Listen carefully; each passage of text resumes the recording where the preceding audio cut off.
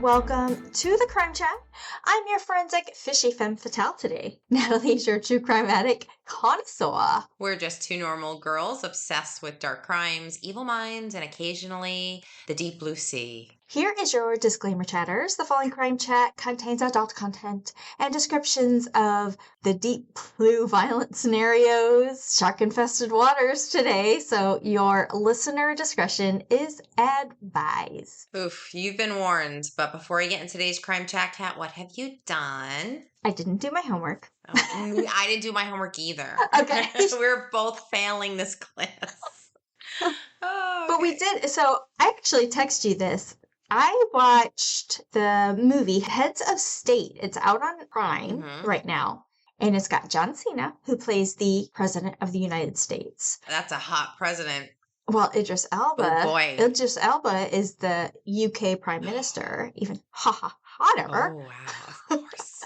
But they're great, like, action-packed together. Yeah. And it's funny because the prime minister had been in office, like, going into his 6th year. The president was just starting. So the president, John Cena, was an actor, kind of Ronald Reagan-ish, right? So he was an actor before and then got this presidency. Okay. And Idris Elba, the character for the prime minister, is just like, you know nothing, Jon Snow. Oh, God.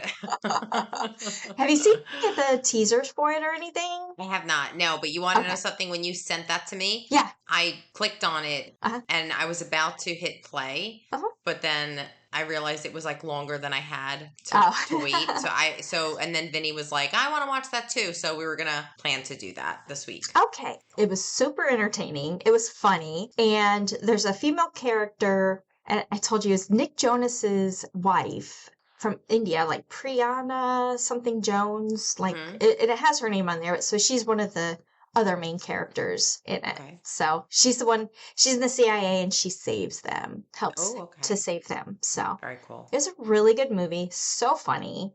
Idris Elba, I'm just more in love with him. He's amazing. He is amazing. Although he said something really silly. I don't know. Because I love him. Yeah. So when he's like on, and I watch like the entertainment section of the YouTube sometimes. Yeah. And he pops up when, I guess maybe he was doing an interview for, maybe this wasn't his latest movie, Heads of State, was it? Well, it just came out. I mean, it just came out. So it might have been. Maybe? I don't know. It literally just came out in the last week or so. Okay. He said something that was so silly that he ended up saying like, oh, now that I heard myself say it, like, yeah, I was totally wrong. But there was something about it that was, to me, it was funny. Yeah. It was, because you kind of like, you sat there and you're like, he can't be serious. But for that moment, his thing was, he was talking to somebody about like the UK murder rate or something. He's like, yeah, I truly feel that if we just eliminate all household knives, just cut the tip off. Just cut the tip off and just outlaw them, that there'll be less murder. Yeah. And then he comes back like a couple of weeks later. He's like, yeah, that was silly. I wasn't even thinking what I was saying.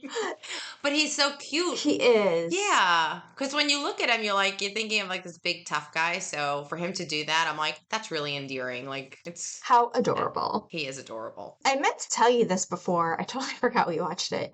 There's a series, I want to say it's on Prime, of 8 episodes called We Were Liars. Oh. Have you seen or heard anything about that? No.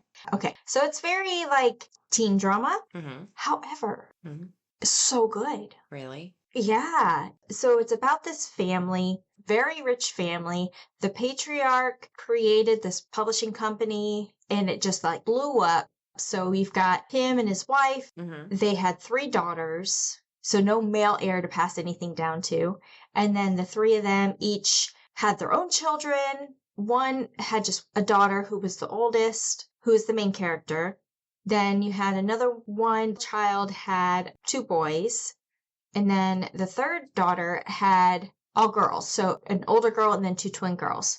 Anyway, it just kind of shows you the, how do I put it? Born into money attitude.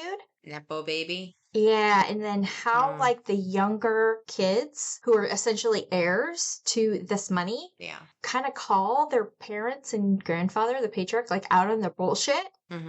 And the episode 8, I died.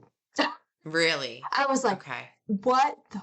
Because you really, and well, I want to see maybe no, it's just one season. It's just one season because it just came out this year, but it's so good. Yeah.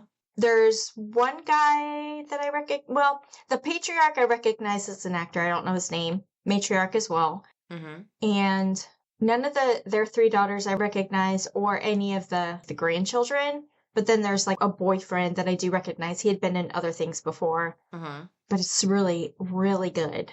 It talks about class. It talks about racism. It talks about like just treating people like humans Yeah. and not like category, Yeah. if that makes Category. sense.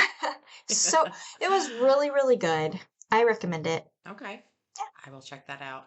Other than that, I went to a farmer's market today in downtown Columbia Mm-hmm.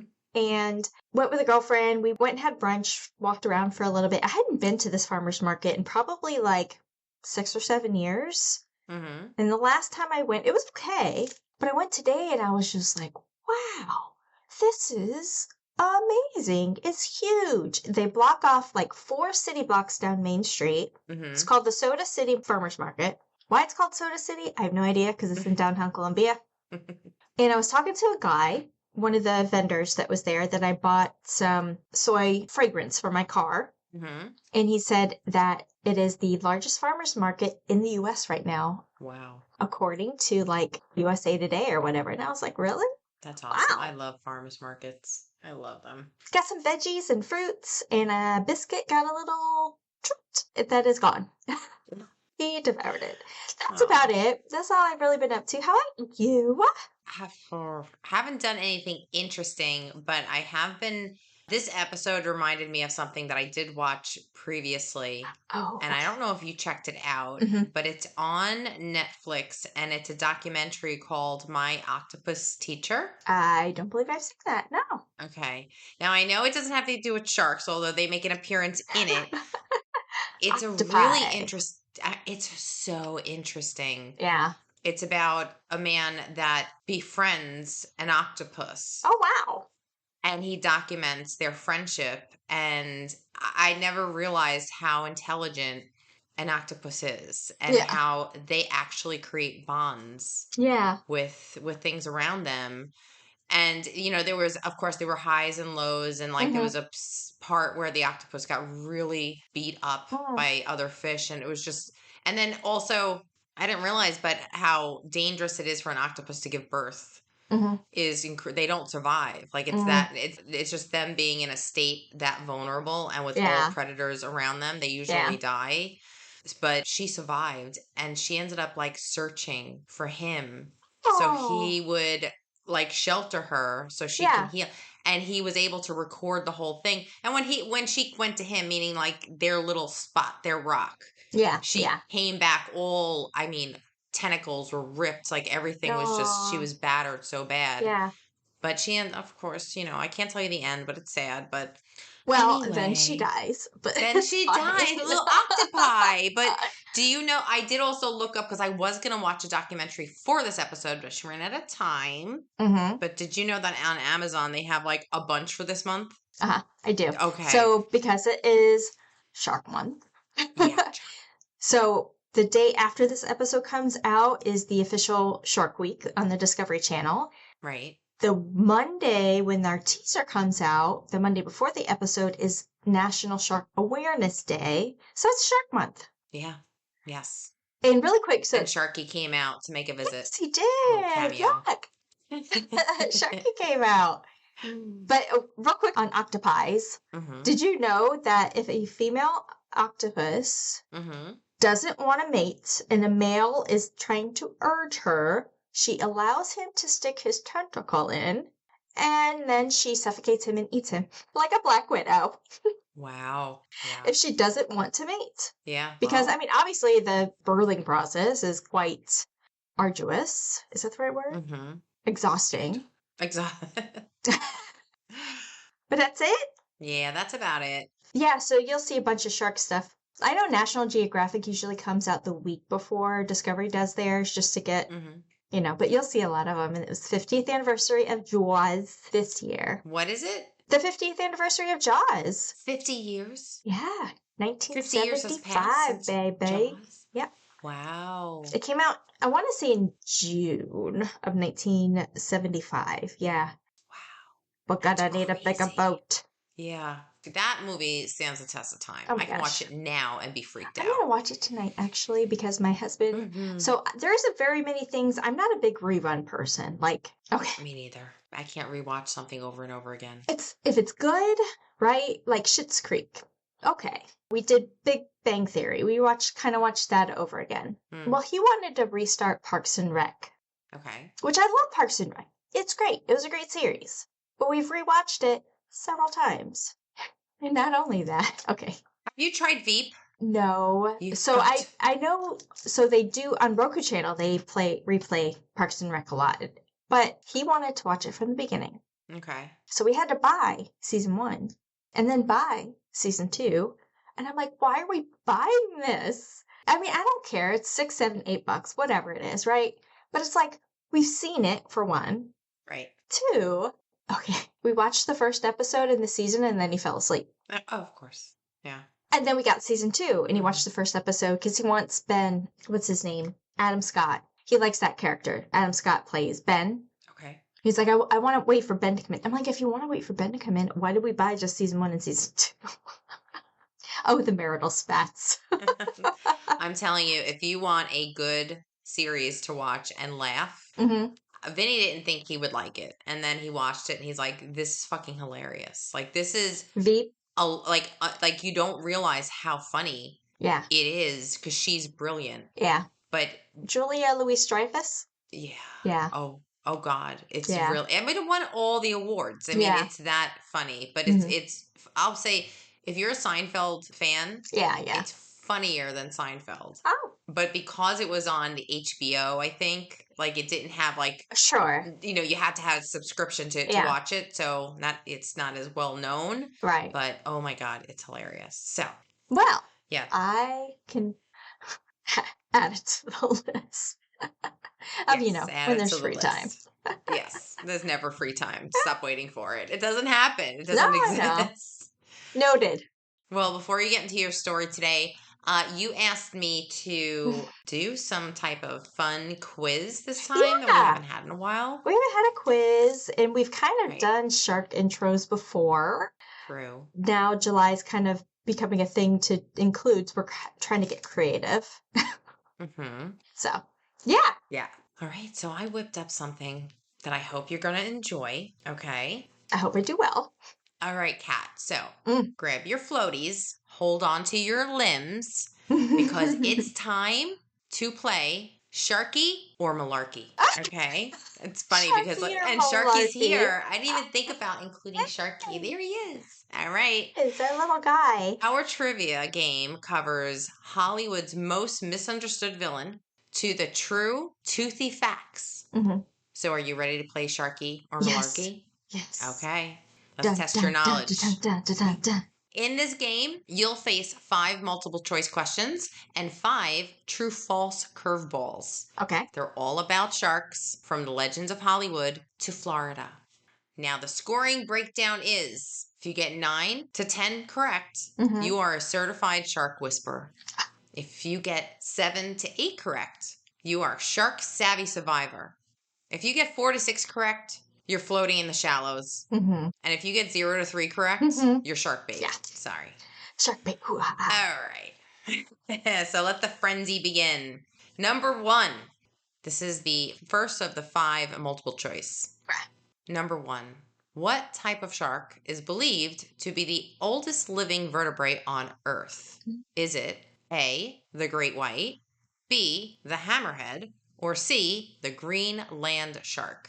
I'm going to say the green land shark because it's like an alien looking shark. Yes. And it looks prehistoric. Yes. So yes, correct. So these icy slow pokes can live over 400 years. Yeah. How crazy is that? That's insane. Some, so just to give you an idea of that, some that are alive today were alive when Shakespeare was around. Crazy. Isn't that crazy? Were they eating people then? I don't know. Did we not venture into the waters? I don't think so. I don't think so. All right. Number 2. In Jaws, 1975. What was the name of the mechanical shark used during the filming? Bruce. Oh, ding, ding, ding. Hey, Bruce. Very good. Bruce is also the name of the great white shark in Finding Nemo, which they named intentionally after Jaws. Oh, I didn't even realize that. That's right. Fish are friends, not Now, food. let me ask you a question. There's a little follow-up question here. So, Spielberg did name Bruce, the mechanical shark, Bruce. Yeah. But where did he get the name Bruce from? I feel like I should know that. It wasn't Bruce Springsteen? No. Okay. Bruce he got because his lawyer was named Bruce. Oh. I know. Named it after his lawyer. You know, He keep him did. in the straight and narrow. Well, because that's, a shark. Does that count? Or is that a bonus question? It does. Oh. That you'll get extra credit for. Okay. All right. I'm going to grade you on a curve because you're going to get most of these right. Gonna grade with the wave. All right. Number 3. Which shark can walk on land for short distances using its fins? Is it A, the bull shark, B, the epaulettes shark? Epaulettes shark. It's EPAULETTE. Shark. Yeah. Or C, the goblin shark. I feel like any shark can crawl on land at any given time. Bulls do. But one of these. Yeah. Well, I mean, bull sharks are known to be in shallower water. Goblin sharks are deep sea creatures, which is why they're called goblins. And the epaulette, I don't know anything about, so I'm going to go with that one. Very good. Yay! Ding, ding, ding, ding. Process of elimination. Yes. Nailed it. These little guys are located in Australia, and they use their fins to walk between tide pools. I've seen this on TV. Okay. So in the, what do they call them? The bars, the sandbars? And like in between sandbars kind of thing when the tide is low? Okay. Yes. Yeah. All right. Number 4. You're doing good. You're doing real good. All right. Number 4. What common household item was used to create the sound of the shark's bite in Jaws? Was it A, lettuce, B, watermelon, or C, a pineapple? Like crunching it? When like somebody biting down the sound that it? the Jaws made when his teeth came down was made from one of these 3 things in the kitchen. It's crispy. I want to say lettuce. Is lettuce or watermelon? Well, lettuce. I'm going to go with my first choice. Aw, wah, wah. Was it watermelon? It was watermelon. So the sound designers actually stabbed a watermelon to stimulate the chopping sound. Yeah. I guess I could see that. All right. Yeah. All right. Number 5. What unusual item has actually been found inside a tiger shark's stomach? A, a license plate. B, suitcase. Or C, can of beer. I feel like all of these have been found. Probably, but I do know for sure a license plate. Very good. Yeah. Very good. Yeah. So tiger sharks are known to be the garbage disposals of the sea. So they are. All right. Are you ready for the next round? The true or false? Yeah. Sharkie or Malarkie? Yep. All right. Is it Sharkie or is it Malarkie? Okay. First one. Sharks can get sunburn. True. Sharkie. Sharkie. Yep. Very good. Number 2. Great white sharks can swim faster than racehorses. No, I want to say that's Malarkie. Malarkie? Yeah. Very good. Yay! Yeah, so you got the first 2 right so far. All right. Yeah. Next one. There's a shark that can glow in the dark. Yes. It's true. Yeah. Sharkie. Yes. The lantern shark actually glows in the dark. Yeah. Next one. Hence its name. In Jaws, the mechanical shark broke down so often that they shot most of the film without showing it. Sharkie! Yes, and that is why it didn't show up until 1 hour and 2 minutes into the movie. That's right. A weird little crime chat link. So I have a friend that vacations to the beach where they filmed that. Do you know parts of the mechanical shark is still on the beach? I have no doubt. Yeah. Yeah. They never removed it. Yeah. And now it's a sightsee, like it's a tourist spot. Yeah. That's smart. Way to go, Spielberg. Okay. That was his first movie, by the way. It was a great movie. Yeah. All right. We got the last one, and I threw in a bonus one just in case you got one of them wrong. Of course you did. So the next one. Sharks have to keep swimming or they'll die. True. Yes. Sharkie. True. Yeah. Very true. That's how they breathe.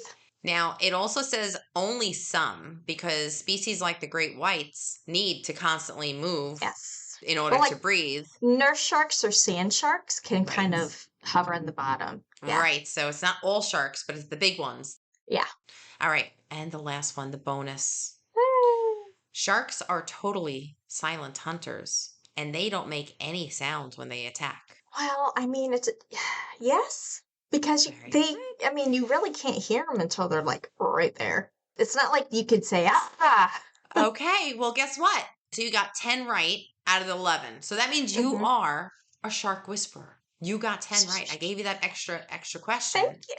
To make up. You know me so well. I know, you did great. That was awesome. And that is my Sharkie or Malarkie. Thank you. I love that, Sharkie or Malarkie. That was so funny.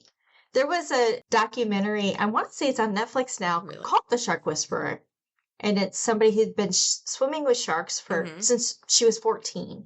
And there's this one tiger shark that has come to know her over the years and is like friendly with her. You probably have seen the reel on it where it kind of comes up and it's just like right in her face and she's petting it. Yes, we actually went over this in the last shark episode. Oh, yes, we did. In the intro, we went over her. She was the one that always takes selfies in the water with the shark behind her.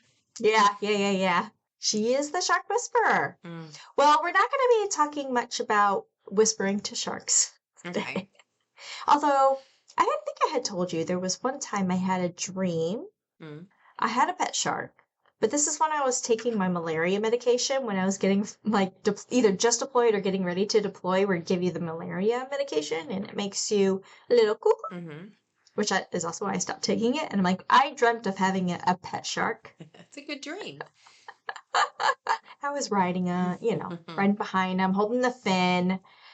Anyway, not so friendly sharks we're going to talk about today. However, we are going to be talking about murder by shark attack. So, chatters, could an animal, any animal, be coerced to commit murder? Well, in season 2, Nat, you covered The Pig Farm Killer, Susan Monica, episode 54.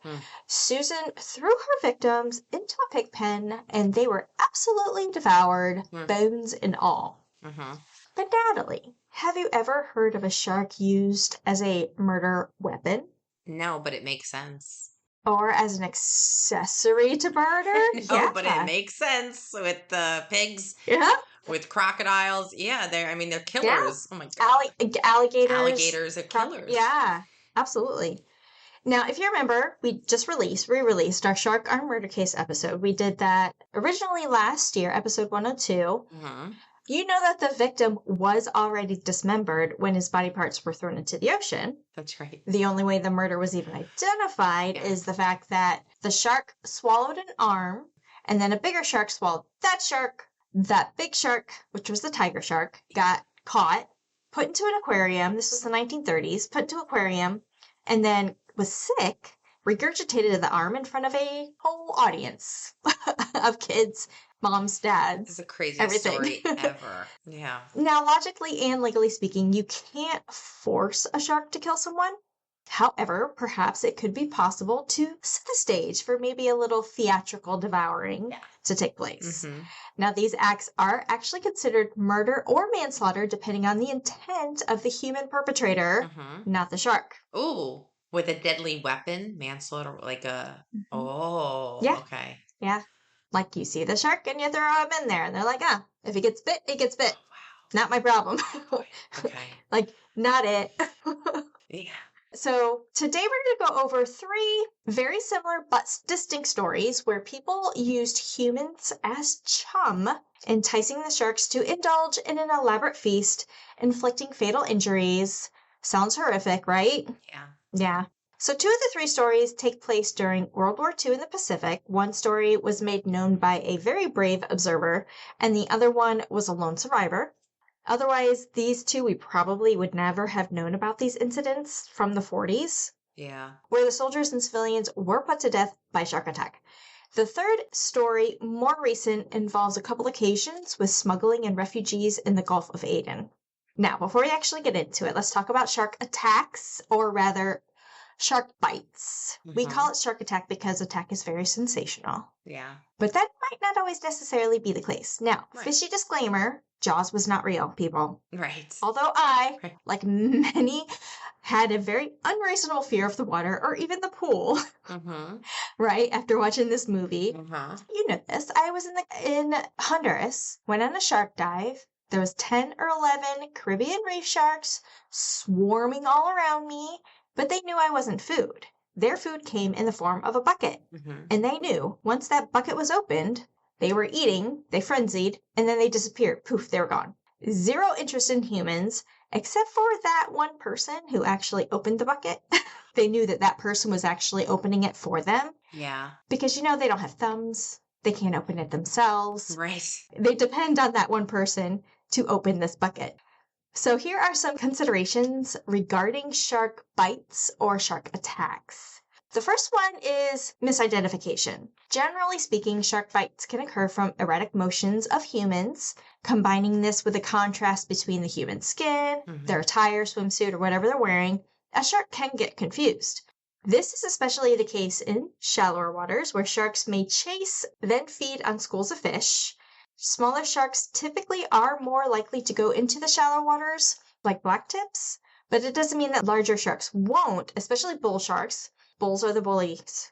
They are, and I think that's probably why they're named bull sharks, because they are bullies. Yeah. They'll go into shallow waters, and we've seen on the news reports, they have, you know, tiger sharks have, even some great whites you've seen kind of in shallower waters.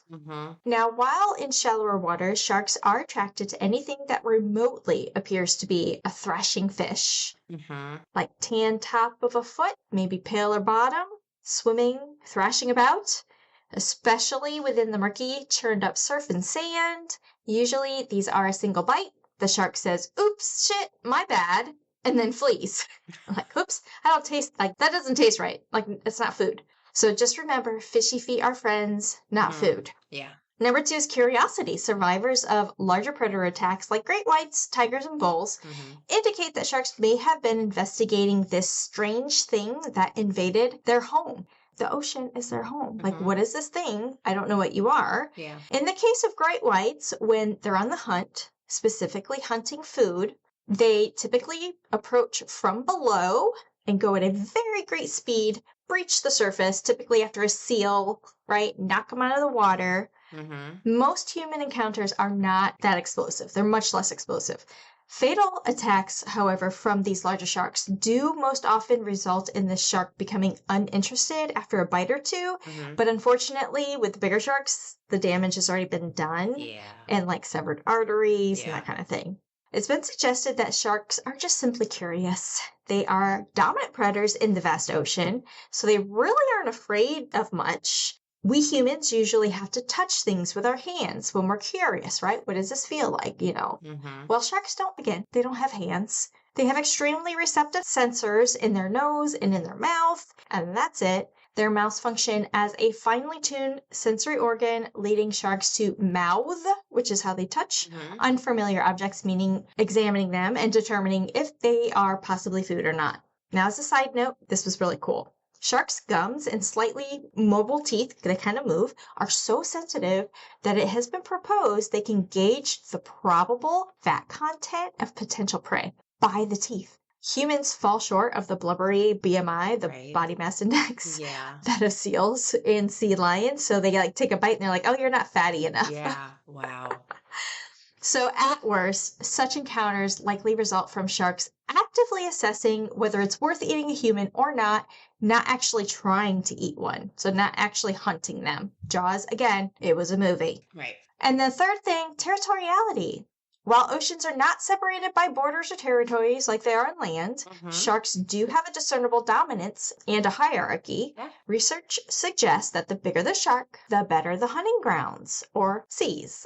Right. Smaller sharks who infiltrate are dealt with by being evicted, chased out, sometimes even violently. Get the hell out of my area. Absolutely. Therefore, some shark encounters could be a result of the shark's natural instinct to defend its food source to unknown entities in their way. Yeah. The bottom line is that shark attacks are rare, even more rarely fatal. And yes, while the number of recorded shark attacks that we're aware of has risen, the rate per capita has not. So the more people on the planet, the more chances they'd get in the water, Right. the higher the chances of a shark encounter, the higher chances of a shark bites. Right. Yeah. So it kind of just makes sense. Yeah, they're right? alpha. It's an alpha apex predator. And I think if that I want to pet. Right. And if we were on their menu, there would be a lot more dead people.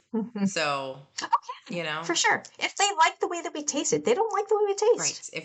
If they looked at us like seals, yeah, we could never go to the beach. They would be just sitting. They would be like those killer whales that just kind of like sit there and wait just watch. for you to kind of make a move. Yep. What they would do they would do the same thing. So we're very lucky we're not on that. Killer whales are even more scary because they hunt in packs. Yeah. And they kill sharks. Yeah, they do kill sharks. They know how to get the shark in a static state. So like they will flip the shark over on its belly. Yeah. And then all of a sudden a shark gets like, I don't know what happens, but they get kind of like they immobile. Get almost comatose. Like it's almost like there's a term for it, I forget, but it's like they're immobile. They're not. It's almost like a high also for them. They're just like... It's crazy how like they know how to do that. And then they also report, and just another little thing I watched on the TV I found interesting about sharks is when there is a spool of or a grouping of killer whales in the area, all sharks reportedly will dive deep. Like they will go really deep to get away from them because they can, I guess... Well, so sharks actually have really good eyesight, too. Sharks do? Do they really? I didn't know that. Yeah. So they would be able, I mean, unless it's like murkier water, kind of thing. That's like a natural filter. Like you can't see. Right. But apparently they do have very good eyesight. And they would be able to see that black-white distinction of like a killer whale. And they could probably hear them because killer whales talk. Yeah. Dolphins talk to each other. So, yeah. So there is another alpha there that they have to get challenged with. So it's not like they're the king of the sea, alpha. but... Yeah. Right. Now, Megalodon, that's a whole other story. Oh, damn. Yeah. Well, shark attacks are also covered a lot by the news, as we've seen lately. The news is a business, people. Remember, sensationalism sells. Yeah. So if it's something that is going to attract because people want to know, they're going to keep saying it. And then that goes the same for social media. Videos go viral because we as humans are naturally drawn to things that we just don't understand, whether it is a tragedy, whether it includes the crime chat, which is also why we're here, because we are the same way, and we do have subsequent stories to tell. Yes. So let's get to our 3 stories for today. Ooh, okay. The first one is called The Pig Basket Atrocity of 1942. Hitoshi Imamura was a Japanese general who served in the Imperial Japanese Army during World War II and subsequently convicted of war crimes. With years of conflict between China and Japan, Imamura was promoted many times, led many regiments and divisions. He was appointed as the commander of the 16th Army in November of 1941, directed to lead that army into an invasion of the Dutch East Indies, and his fleet approached Java. We've talked about Java before. Remember I said it was like an island? It was like the most populated island in the world. Do you remember we talked about that? I don't. It is, though? Yeah. MH360. Okay. It came up during that, either the first or second part. Well, the fleet approaches Java. His ship, called the Shinsu Riho Maru, was sunk by torpedo, probably by friendly fire, which, whoops. But in the Battle of the Sunda Strait, and he was actually forced to swim ashore. Did I do that? Did I do that? My bad. Imamura adopted an unusually lenient policy towards local population of the former Dutch East Indies, which is present-day Indonesia, which was often in conflict with general opinions and plans of the senior staff of the Southern Army and Imperial General Headquarters. However, his policies won much support from the local population, particularly Java, Indonesia, and he helped to reduce some of the difficulties of the Japanese military occupation. Now, in late 1942, he assumed command of the new 8th Area Army, responsible for the 17th Army in the Solomon Islands campaign, and then the 18th Army in the New Guinea campaign. Imamura was then based in Rabaul in New Britain, and then promoted to general in 1943. Now, September 1945, Imamura, along with a naval commander at Rabaul called Vice Admiral Jinchi Kusaka, they surrendered the Japanese forces in New Guinea and the southern Pacific Islands to Australian forces who were representing the Allies. Imamura was detained at Rabaul by the Australian Army as he and his troops under his command were accused of war crimes, including the execution of Allied prisoners of war. One infamous example of this is called the Pig Basket Atrocity, and it goes like this. Oh, boy. In 1942, by the way, there's a lot of thunder going on right now, and the storm is coming in. Oh, my God. It was perfect for a scary story, though. Well, I don't know if you saw, it flashed a little. No, I didn't see. Okay. So in 1942, during World War II, around 200 Allied soldiers were captured at Kempetai in East Java. They were put into pig baskets that were 3 feet long and loaded into trucks, then transported to the coast. Each truck carried 40 pig baskets, and it had 1 POW in each basket. So each truck had 40 POWs. Oh, my God. Okay. They were offered no food, no water, and it was about 100 degrees outside. Once they reached the coast, they were carried onto waiting boats, suggesting that this was pre-planned before, because the boats were sitting there waiting for them.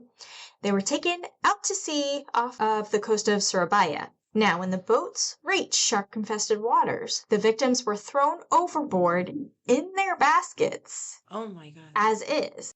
The boats returned to the dock. And remarkably, a witness at the time was 15-year-old Elizabeth Van Kempen. She saw everything from a nearby mountain ridge in Semeru. She observed this with her father, who unfortunately was killed 3 years later by the Kempetai for hiding weapons and ammunition. I mean, this was wartime, World War time, so... Yeah.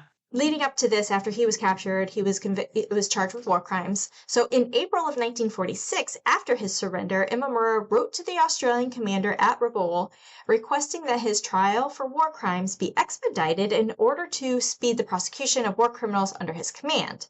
Imamura was charged with unlawfully disregarding and failing to discharge his duty to control the members of his command, whereby they committed brutal atrocities and other high crimes. He was tried by an Australian military court in Rabaul, May 1947, convicted and sentenced to imprisonment for 10 years. Now, Imamura served his imprisonment in Sugamo Prison in Tokyo until he was released in 1954, which, oh, by the way, that was only 7 years. He did consider his imprisonment too light, personally, with respect to his responsibility for the crimes of his subordinate. Wow. So he had a replica prison built in his own personal garden, and he stayed in this prison, in his home, in his garden, until he died in 1968. Wow. That's crazy. So for 30 years, 30 plus years, he stayed in his own home prison in his garden until he died. Oh my God, that's terrible. Yeah. That's horrible. So that's the pig atrocities of 1942. I've never heard of that. That's crazy. I know, right? The 40s were wild. The 40s were wild, man. So the second one is also a World War II era. It is called the Cheberon Atrocity of 1945. Oh, boy. 2 years later? Is that 2 years later? Or is it the same year? 3 years later? Oh, 3 years. 3 years later. But it occurred in the same area. Oh, boy. You think word of mouth? Because he wasn't captured until, Imamura, 1945. So, and I did read, actually, one other resource that said that Imamura was the commanding general for both of these incidents, which would actually make sense. But I couldn't corroborate it for the second one. I could only corroborate it for the pig basket atrocity, not the Cheberon atrocity. So it's a maybe. Occurring in July of 1945, the Cheberon activity was in many ways worse, actually, than the pig basket atrocity, as it involved innocent civilians and not prisoners of war. Yeah. Indonesian waters have more than 100 species of sharks in them. The Java Sea is inundated with gray, black, and white tip reef sharks. However, reef sharks are generally not considered to be that dangerous to humans. I mean, if you antagonize them, of course, they're going to defend themselves and be like, chomp, chomp. But the Java Sea is also home to tiger sharks, bull sharks, and the occasional great white. On July 2nd, 1945, in the northern Java, at the port of Cirebon, 90 European civilians, many of them women and children, were taken from an internment camp, ordered to board an open-deck Japanese naval submarine. They were held at gunpoint by bayonets and machine guns and forced to stand on the fore and aft deck of the submarine, right? So you have a submarine, but they have that deck. So they're forced to stand on this deck. Oh, yeah. It's like a little area, right? Yeah. Okay. Now, they were taken out to sea. They go several miles out, pretty short voyage. The prisoners feared actually that they would be shot to death by the machine guns, so they stood very motionless. Yeah. Then the guards slowly backed away, crept inside the submarine. Oh my God. And then the vessel dove below the surface, leaving the prisoners on top. All 90 prisoners were forced into the shark-infested waters. Over the next several hours, sharks closed in, circling the men, women, and children. Slowly and systematically, the prisoners either drowned or were torn apart and eaten alive. Likely, they think it was mostly tiger sharks. But this was in complete darkness because when they actually went up to take them out to sea, it was like later in the afternoon. So by the time they get out, go below the surface, and all the prisoners, or the civilians really, these innocent civilians, are just like floating around. By the time darkness comes, which at dusk is when sharks feed the most, they see something flailing in the water, they attack. That freaks me out. Nighttime and water. Yeah. Oh, wow. Dusk and dawn. Yep. Now, all of the prisoners died, except for one. He managed to escape the carnage and was found by a Javanese fishing boat the next morning. However, by the time he was rescued, it was obvious that he was bleeding to death. He lost an arm and a foot. Oh my God. He did die shortly afterward, but not before telling the fishermen what happened the night before. Shortly after he passed away, the man was buried at sea. Now, when the war was over, the fishermen reported this atrocity as a war crime to relevant authorities, but by then, Japanese had destroyed all of the records. The submarine and its commanders were never identified, so no one ever stood trial for this horrific crime. That is horrific. Especially against civilians. That's horrible. That is horrible. That's crazy. Wow. Well, this one's even worse. Oh my God, really? Number 3. The refugees thrown to sharks in the Gulf of Aden. Oh God. So, a couple of different incidences here. Between 2006 and 2008, more than 200, probably like closer to 250 refugees were reported beaten and then thrown overboard by smugglers in the shark-ridden waters of the Gulf of Aden. This body of water is located between Somalia, which is in the Horn of Africa, and Yemen, which is in the southwest part of the Arabian Peninsula. So where Somalia and Yemen come together, if you go just past that, you have Egypt, the Red Sea, Saudi Arabia, and then you have Oman. So you've got Yemen and Oman. So if you think of Saudi Arabia, you got Yemen, Oman, Qatar, Kuwait are kind of up here. Then you got Iraq up here. But Saudi Arabia is the biggest country within the Arabian Peninsula. But there's the Red Sea that splits between what's considered the Middle East and then Africa. Right. But the closest countries, land-wise, until it's like connected from Egypt, obviously, is Somalia and Yemen. Okay. This area is notorious for Somali piracy. So the first one, in October of 2006, smugglers beat 5 Ethiopian refugees and then threw them overboard to be eaten by sharks, according to the United Nations High Commission for Refugees. At this time, the UN was screening Ethiopians held in Somalia who were en route to Yemen. Just before this, about 5,700 refugees arrived on 56 different boats from Somalia.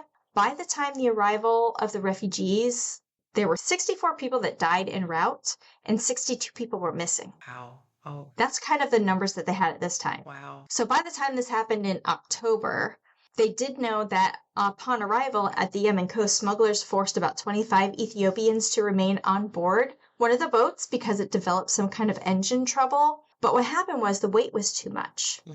So they kind of put together that 5 of them were thrown overboard to be eaten alive because the weight was too much for the boat. Oh my God. Oh my God. Sharks are the least of our problems with people like this. Well, humans are bad. Humans are horrible. Oh my God. No wonder why sharks were not on their menu. They're like, ew, humans. It's a disease. Yeah. So then in March of 2007, up to 71 Somali and Ethiopian refugees were reported again beaten and thrown overboard by smugglers. They were forced to wade in the waters where sharks then attacked. Then in October of 2008, dozens of bodies washed ashore in Yemen after smugglers threw nearly 150 Somali migrants overboard as the boat was capsizing. The crew of the second boat, because there was a couple of boats together, so the second boat ordered their own human cargo to jump into the water, and they pulled out their smuggler colleagues before heading back to Somalia. So you got 2 boats, both with Somalian refugees going to Yemen.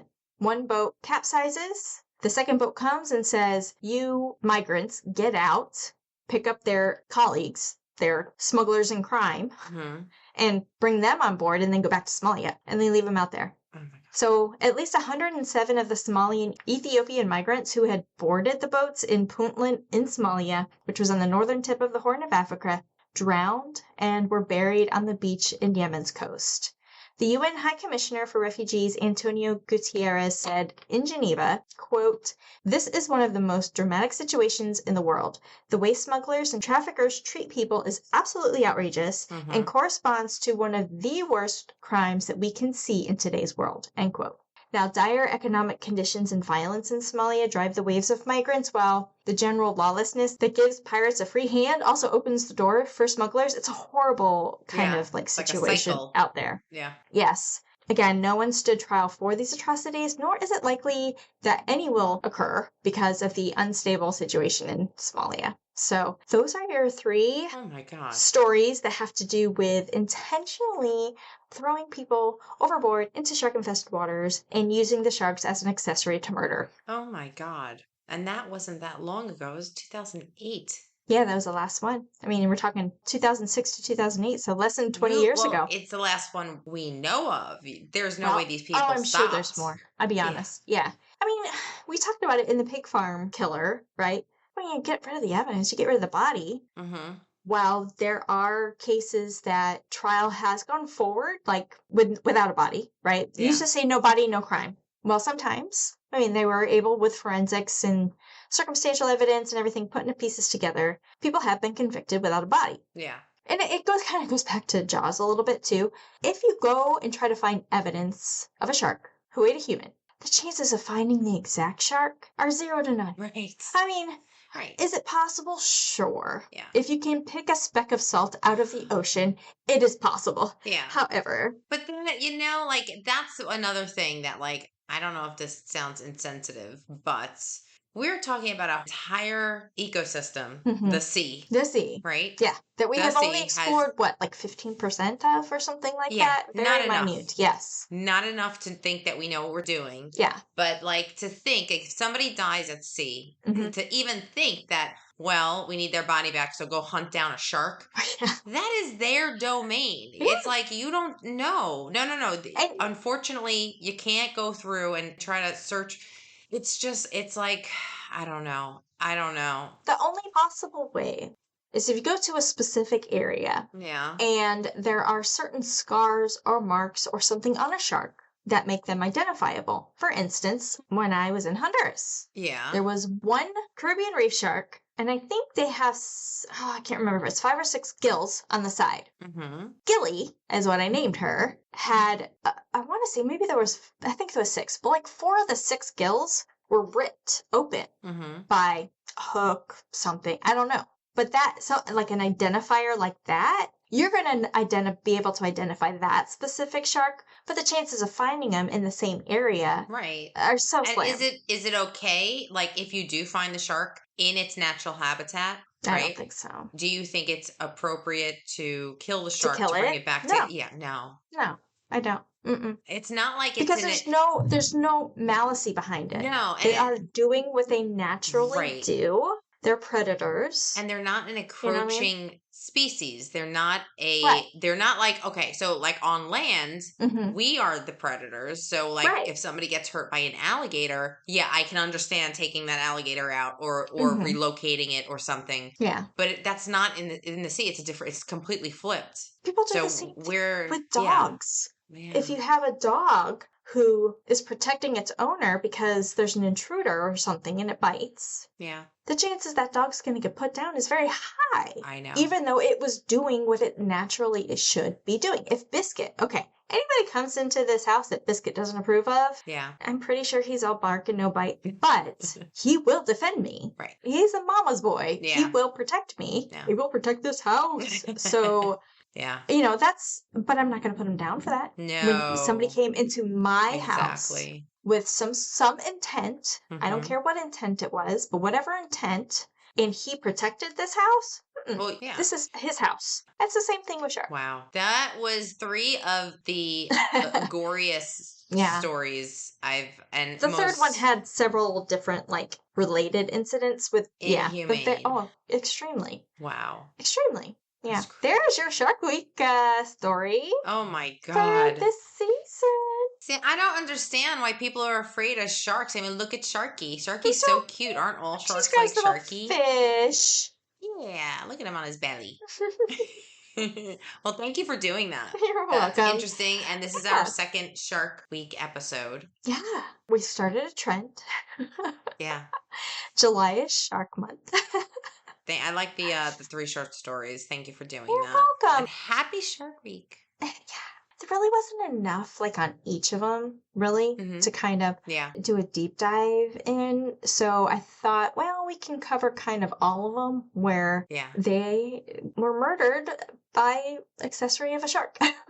Intentionally. Oh, my God. And this is kind of where it goes in the beginning, like, legally speaking. Like, it depends on the intent of the perpetrator, right? Yeah. And this is, of course, in the U.S. Like, if you know, what's her name? Susan Monica with the pigs. That was an intent, right? Mm-hmm. So, not according to her. Well, I mean, remember, her pigs were organic. Yes. Well, then the human body is quite natural. Right. Oh my God. Well, thank you for that. And happy Shark Week. Happy Shark Week and National Shark Awareness Day. Yes. Remember, when you go in the water, that is their territory. It is. You are entering their home. Yes. And you may be on the menu. Well, they don't like the way we taste. No. There is no such thing as a rogue shark who hunts humans. No. It's a movie. It's a great movie, but it's a movie. All right. Well, and you're going to have all this on Patreon and stuff? I'll have, there's really not pictures. There's a picture of that General Imamura. Yeah, the pig basket. And there's actually pictures, I found some pictures of what a pig basket looked like for that time, like in the 40s. There really isn't any like images to kind of help support this specifically, other than general, like, this is a Somalian smuggler or, kind of thing. And then sharks. Pictures of sharks.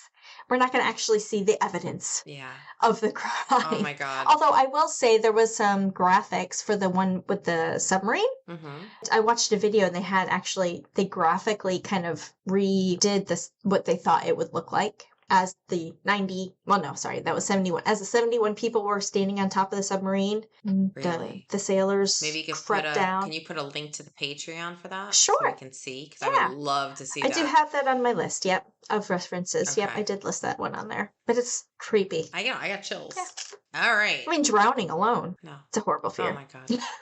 All right. Well, we wouldn't dream of leaving you hanging for more chilling detail or drowning. That's terrible. For more chilling details and twists in this case and many others, check out After That Crime Chat, available exclusively on our Patreon. And don't forget to follow us on all of our socials: Crime Chat with Nightcat, Facebook, Instagram, YouTube, TikTok, Twitter, X, and Rumble. See what we got going on. Mm-hmm. Yes, if you want more chilling content and behind-the-scenes chaos, become a VIP chatter to our Patreon. You'll unlock bonus episodes, bloopers, exclusive sneak peeks, and even free merch. And yes, we've got some criminal goodies in the works, so support the show, fuel your obsession for the weird and the wicked, and join the Crime Chat chatter crew in style. We should do something shark-related, like merch. Yeah. Good idea. Oh, Sharkie. We should do something Sharkie, shark arm related. Oh my God. Yeah, we could totally, I'm going to throw out some designs at you. Yay. You can check it out. Okay. Well, be sure to check out our next episode. It's Natalie's story. And do you know what you're doing? Yeah. Not yet. It's a surprise. It's a surprise as usual. Well, either way, you do not want to miss it. Well, we'll see you at the next Crime Chat. Donna, bye-bye-bye.